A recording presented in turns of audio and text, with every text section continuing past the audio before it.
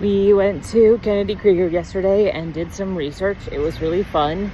I did like an abbreviated IQ test for whatever reason. I don't know if it seemed like in the actual study consent forms that I wrote that I was going to be doing an ADOS, but maybe because I had just had an ADOS 2 fairly recently and I sent them the report and I signed the consent forms for Center for Autism to communicate with them, maybe they were able to get like such a complete reporting of it that they were like, you don't need to do as much. I don't know.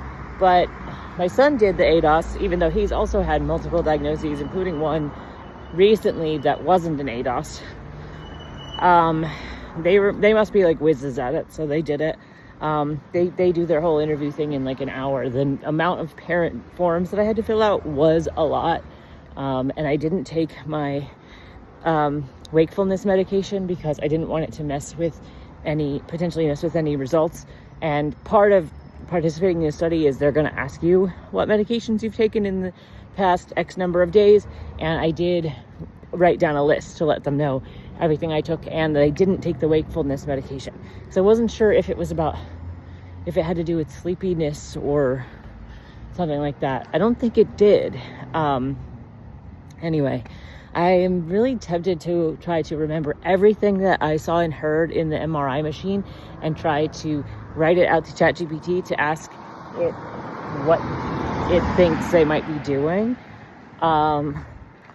Just because I have a lot of curious questions about like the mechanisms of how different aspects of those kinds of neuroscience studies work. And it was fun. And I did get to watch BBC Sherlock and then recall parts of like everything that I watched, and that was really fun.